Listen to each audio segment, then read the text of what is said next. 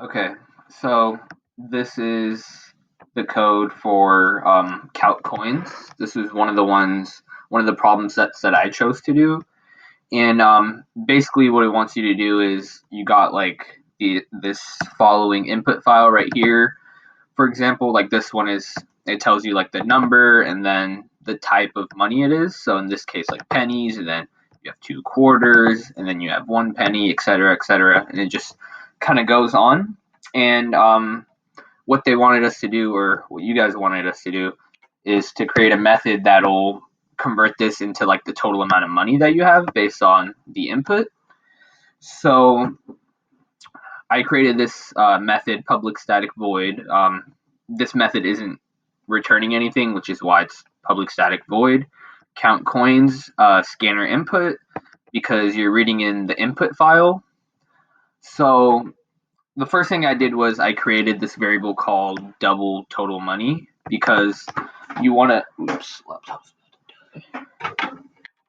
because you want to keep track of the total amount of money you have, and I chose to do it as a double right here because I saw that it wanted it in sort of this format. So I was like, okay, instead of making it an int and then converting it into a double, it's just easier to keep it as a double.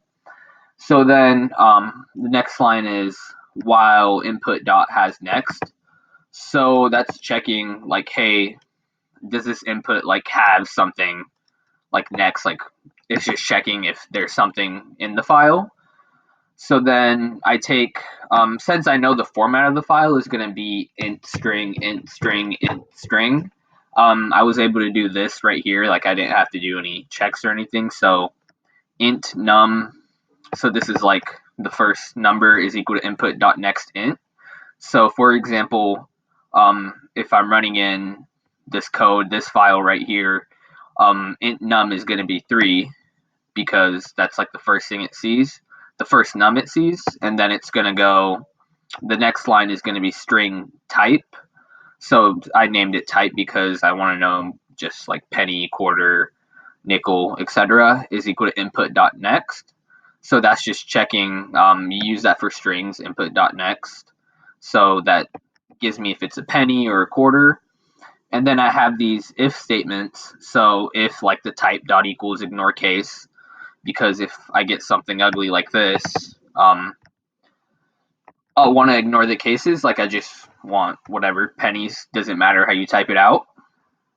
And then I'll do total num is equal to plus equals like the number that's in there for pennies, for example, because pennies is pennies, it's just 1. So this is going to be, for example, if I go through it the first time, this is going to be set equal to 3 pennies, so it's just going to be equal to 3. And then the while loop runs again while input dot has next. It has something in there, so then it'll go to int num again. So this will be 2 right there. Like that'll be the number, and then the string type will be the quarter. And then, for example, that'll go into this if statement right here because it's equal to a quarter. Ignores case.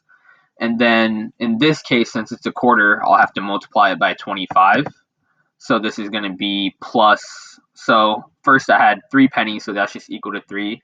And then I'm going to add 3 plus 2 times 25 for the next iteration. And then that's just going to run until this code right here is just going to run until I run out of inputs.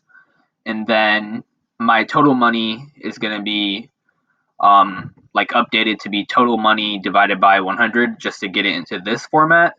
Because before that I have it in cents and I want to convert it into dollars. So I'll get this, total money is equal to total money divided by 100, and then system.out.println, which will just print how much my total money is. So I just did total money plus $ plus total money. So let's run this code and look at that. That is the 2 outputs we wanted. So that's how I did this problem. Yeah.